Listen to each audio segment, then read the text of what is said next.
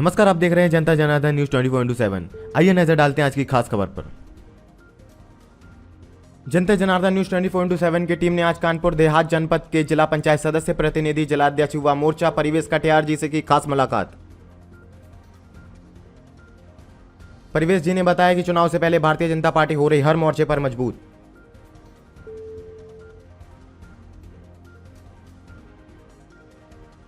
Bharatiya Janata party की सरकार में कल्याणकारी योजनाओं को जन जन तक पहुंचाने का कार्य किया गया है। हमारा शोषित पीड़ित हर वर्ग लाभान्वित हुआ है। –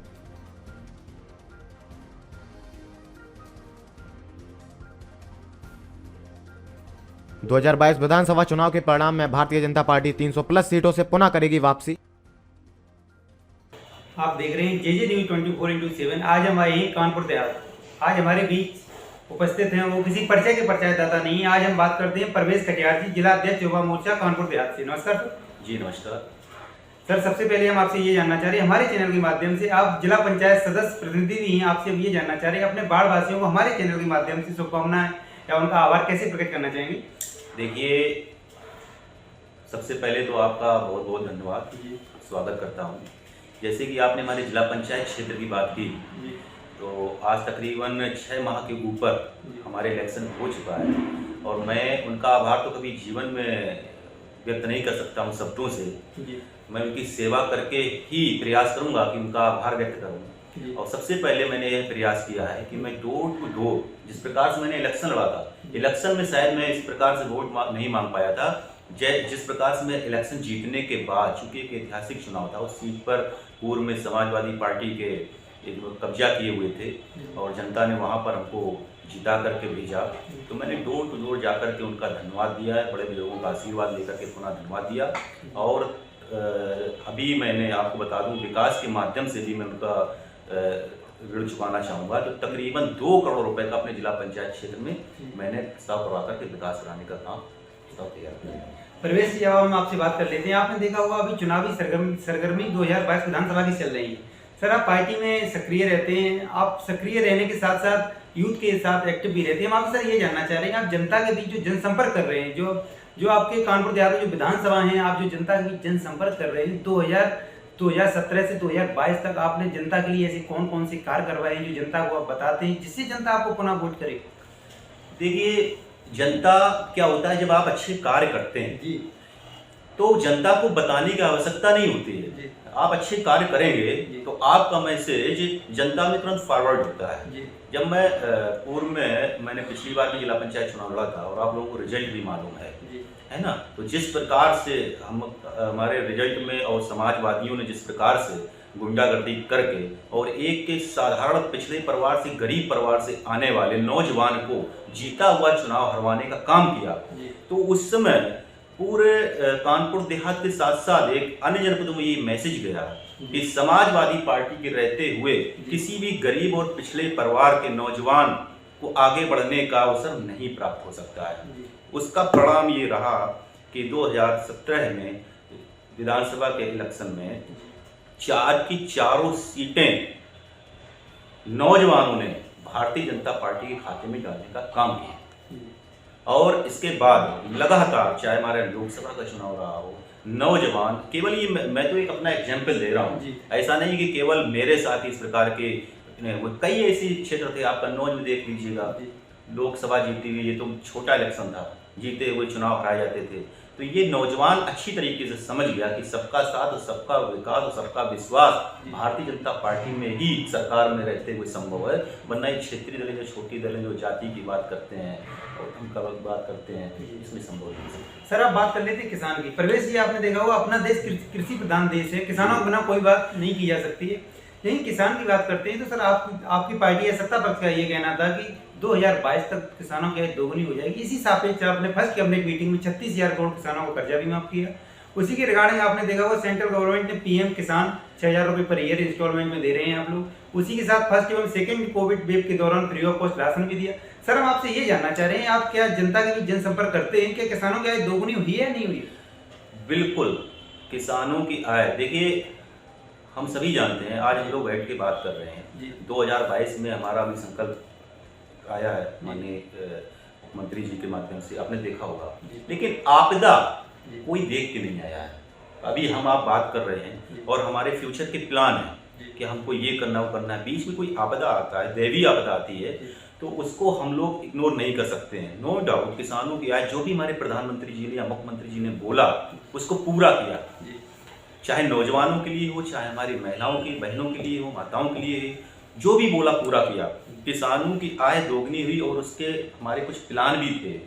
हमारे प्लान ये थे, जैसे आप पूछेंगे किसानों की आय आप कैसे दोगुनी कर सकते थे, तो हम लोगों ने एक प्लान हमारी सरकार ने किया था, फसल चक्र का प्लान किया था। हम लोगों को कृषि यंत्र फ्री देने वाले थे और कहीं हद तक दिए भी कि हम फसलों को यहाँ पर केवल कहीं धान ही पैदा होती है तो एक साल में 2 फसलें कर पाते हैं, हमको 4 फसलें पैदा करनी थी। बीच में कोविड काल आया, उस कोविड काल एक बहुत बड़ी महामारी थी। 2 साल हमारी सरकार उसमें चले गए। हमें लोगों के भरपेट खाना खिलाना था, वो हमारे लिए चैलेंज था। लोगों को आवास पे भेजना था, गवर्नमेंट एम्प्लॉई थे, उनको घर में बैठते हुए उनको वेतन भी देना था। तो एक बहुत बड़ी चीज में थोड़ा सा डिस्टर्बेंस हुआ, लेकिन नो डाउट किसान भी संतुष्ट है और किसान की आय अगर हम दोगुनी नहीं कर पाए हैं तो पूर्व से बहुत अधिक बढ़ोतरी भी इतनी भीषण आपदा के बावजूद मिलती है किसान। सर आप कह रहे हैं किसान संतुष्ट है। सर हम लोग भी ग्राउंड लेवल पे जब जाते हैं तो वहाँ देखते हैं सर किसान दिन में काम करता है, रात में सर आवारा पशुओं को भगाता है जैसे गाय। इसी के साथ आपने देखा होगा 2 महीने पीछे जाते हैं तो आपने देखा गेहूं की बुआई के समय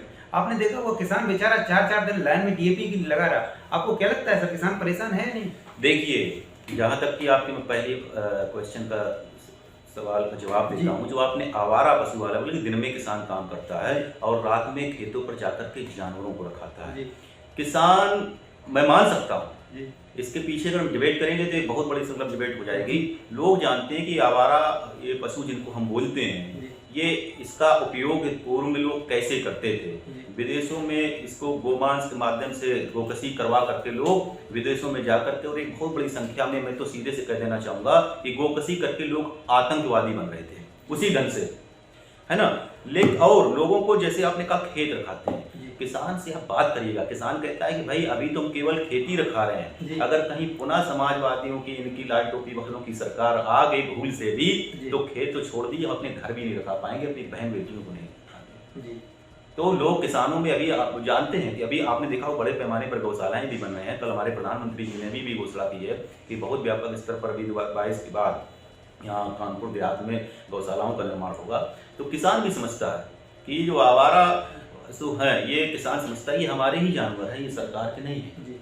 और लेकिन ये समस्या बहुत जल्दी दूर होने वाली है। लेकिन अगर कहीं ये गुंडों वाली दोबारा समस्या आ गई तो 5 साल में इस बार उत्तर प्रदेश का विनाश हो जाएगा, तो किसान दोबारा इनको मौका देने वाला नहीं है। सर आपसे बात कर लेते हैं अब सर युवाओं की, आप भी युवा हैं, शिक्षित भी हैं। सर आपसे हम ये जानते हैं अपने प्रदेश में ऑफ द रिकॉर्ड करोड़ों की संख्या में युवा बेरोजगार है। सर आपको क्या लगता है कि यदि आपकी पार्टी पुनः सत्ता में आती है, 5 साल भी सत्ता में रही, सेंट्रल में भी है, स्टेट में भी हैं, आप क्या लगता है, आप भी जाते हैं जनसंपर्क कर रहे हैं, विधानसभा में हो या आपके जनपद में हो, आपको क्या लगता है इतने यूथ बेरोजगार हैं, आपको क्या लग रहा है कि जो बेरोजगारी की समस्या इस टाइम है या नहीं है? देखिए इस बात से मैं कतई सहमत नहीं हो सकता हूँ कि युवा बेरोजगार है।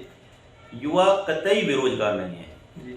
बेरोजगार वो लोग हैं जो हाई स्कूल फेल होते थे, फर्जी मार्कशीट बनाते थे और एक परिवार में जाकर के, क्षेत्र में जाकर के वहाँ पर एक मोटी रकम दे करके लिस्ट में नाम मिलवाते थे और फर्जी आधार पर नौकरियां पाते थे। जो भी हमारा शिक्षित नौजवान है वो किसी न किसी दिशा में, जिस दिशा में काम कर रहा है, ईमानदारी से उसको जॉब मिल रही है। और केवल हम गवर्नमेंट जॉब की बात नहीं कर रहे हैं, प्राइवेट सेक्टर में भी बहुत अवसर दिए हमारी सरकार ने।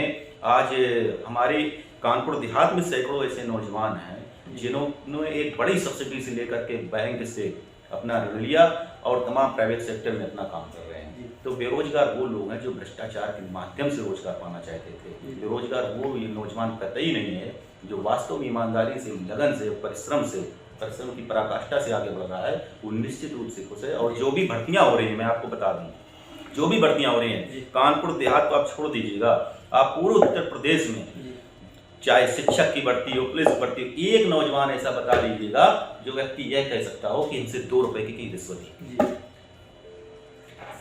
सर हम आपसे ये जानना चाह रहे हैं, वो एक अलग पहलू है, ट्रांसपेरेंसी के साथ आपने काम किया है, और आपसे हम ये जानना चाह रहे हैं सर कि आप युवा भी सर यही जिला पंचायत स्तर पे आपने देखा होगा, आप जिला पंचायत सदस्य के नाते आप युवाओं के लिए, अपने जनपद वासियों के लिए या जिला पंचायत बाढ़ वासियों के लिए, यूथ के लिए आपने क्या सोच रखा है? यदि आपकी पार्टी पुनः सत्ता में आती है तो यूथ के लिए आप क्या करना चाहेंगे? देखिए, नौजवानों के लिए चूंकि हमारे देश का इतिहास भी रहा है और हमारी सरकार लगातार नौजवानों के प्रति 60% हमारा देश जो है, हमारा उत्तर प्रदेश है, वो नौजवानों का प्रदेश है। तो जाहिर सी बात है, हम लोग कोई भी प्लान करते हैं उसमें नौजवान का एक बहुत बड़ा हिस्सा रहता है। यूथ कैसे हमारा आगे बढ़े, जैसे आपने जिला पंचायत क्षेत्र की बात कर दी, हम लोगों ने हमने स्वयं हमारे इसमें जिला पंचायत क्षेत्र में रसदान कस्बा था, इसके आसपास हम लोग एक ग्राउंड देख रहे हैं। वहाँ पर खेल का मैदान है। खेल के मैदान चूँकि कानपुर देहात में क्या होता है, आपने देखा होगा, जो भी हमारे स्टार होते हैं वो बड़े शहरों से आते हैं, मुंबई से, दिल्ली से आते हैं। तो क्या ऐसी कौन सी चीज़ रह जाती है जी छोटे देहात से, छोटे शहरों से नौजवान नहीं निकल नहीं पाता, आगे नहीं बढ़ता, क्योंकि सुविधाएं नहीं मिल पाती। पूर्व की सरकारों ने एक रणनीति भी अपनाई थी कि गांव का नौजवान यहाँ केवल और केवल मजदूरी करता रहे, रिक्शा चलाता रहे, उसको अवसर नहीं दिए गए।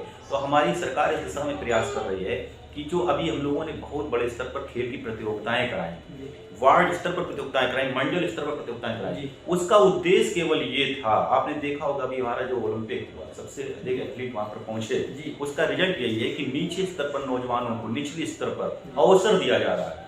तो इस प्रकार से हम लोगों को अवसर देने का काम करेंगे कि जो प्रतिभा है वह प्रतिभा केवल गांव देहात में ही दबके कुछ खत्म ना हो जाए, वह शीर्ष स्तर पर हमारी प्रतिभा कैसे पहुंच जाए, उस दिशा में कर रहे हैं। परवेश जी, आपसे हम ये जानना चाह रहे हैं, आप भी पार्टी में काफी सक्रिय रहते हैं, इसी के नाते आपने देखा हो 20 या 25-30 दिन से राजनीतिक गलियारों में भूचाल छाया हुआ है। आपका सर क्या आंकलन है, पार्टी विशेष या व्यक्ति विशेष का नाम ना लेते हुए, जो सर चुनावी रण से मारुति इधर से उधर गए हैं, आपको क्या लगता है मारुति ही गए हैं या इनसे जुड़ा हुआ वोट बैंक को ट्रांसफर हुआ है? देखिए, मैं आपको बता दूं जी, अगर उनके पास वोट बैंक होता जी तो वो कहीं जाते ही नहीं। चूंकि हमारे मुख्यमंत्री जी हैं, तो आप सभी लोग जानते हैं जी, वो अंदर किसी भी प्रकार की उनके अंदर छल कपट भेदभाव नहीं है। उन्होंने पहले ही ये जो लोग गए हैं इसे कह दिया था कि भाई अपना रास्ता देख लो, इस बार अपनी जिम्मेदारी भी आप बदलने के लिए तैयार हो जाइएगा, क्योंकि जमीन लेवल पर आपसे भी जनप्रिय और लोकप्रिय लोग हमारे पास हैं, हमारा प्रभाव जी बढ़ रहा है। तो इस बार हम आपको, उनकी डिमांड थी, जिन लोगों का आप नाम नहीं ले रहे, हम भी बता देना चाहते हैं जी, वो अपने भाई को, कोई अपने पुत्र को लेकर के व्याकुल परेशान था, लेकिन यहाँ पर उनके खुद के टिकट को लेकर के शंका बनी हुई थी। वो ऐसे लोग ही गए हैं जिनका कोई कतई आधार नहीं था और दिख भी रहा है। दूसरे दलों में गए हैं, अगर वो इतने लोकप्रिय थे तो उनका खुद यहाँ से चुनाव लड़ना चाह रहे थे, नहीं लड़ पा रहे हैं, क्योंकि वहाँ पर तो ये कई लोकप्रिय लोग नहीं गए हैं, ये बिल्कुल निष्क्रिय लोग गए हैं, इनका कोई आधार नहीं। परवेश जी, 10 मार्च 2022 को उत्तर प्रदेश विधानसभा का परिणाम आ रहा है। उत्तर प्रदेश की जनता जिसका बेसब्री से इंतजार कर रही है, आप अपनी पार्टी को किस जगह पा रहे हैं, कितनी सीट लेके आ रही है, सर बताएं। देखिए, इसमें कोई संदेह नहीं है जी कि हमारी पूर्व में जो सरकार, हमारी सरकार ने जो भी वादे किए, चाहे हमारी केंद्र की योजनाएं रही हो, चाहे हमारी प्रदेश की योजनाएं रही हो, आदरणीय प्रधानमंत्री जी के नेतृत्व में, मुख्यमंत्री जी के नेतृत्व में प्रदेश की जनता खुशहाल रही, सुशासन रहा। आज हमारी बहन बेटी रात को 12 बजे भी निकल सकती है चौराहे पर, नो डाउट।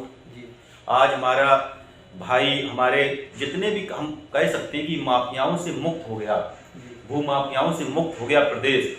तो हम सुशासन की दिशा में बढ़े, हमने किसी को भूखा नहीं रहने दिया। कोविड काल में बहुत बड़ा चैलेंज था, हमारे भारतीय जनता पार्टी के नौजवान युवा मोर्चा कार्यकर्ता सड़कों पर खड़े होकर के अपनी जान पर हथेली लेकर के, जब कोई समझ नहीं पा रहा था आखिर ये कौन सी बीमारी है, तब जाकर के घर घर में लंच पैकेट देने का काम किया, किसी को भूखा नहीं सोने दिया, वैक्सीनेशन का काम हुआ, बहुत बड़ा काम हुआ।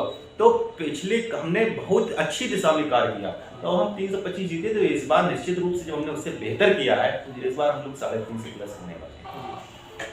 परवेश जी, 20 मार्च को अपने यहाँ वोटिंग है सर, आप तीसरे चरण का जो वोटिंग होने वाला मतदान हो रहा है, हमारे चैनल के माध्यम से आप कोई मैसेज देना चाहेंगे जनता के लिए, जनपद वासियों के लिए, कानपुर देहात की, खास तौर पे नौजवानों के लिए, बहनों के लिए, माताओं के लिए, कि हमारे लिए हमारी बहन की सुरक्षा से बढ़ करके दूसरा कोई मुद्दा नहीं है।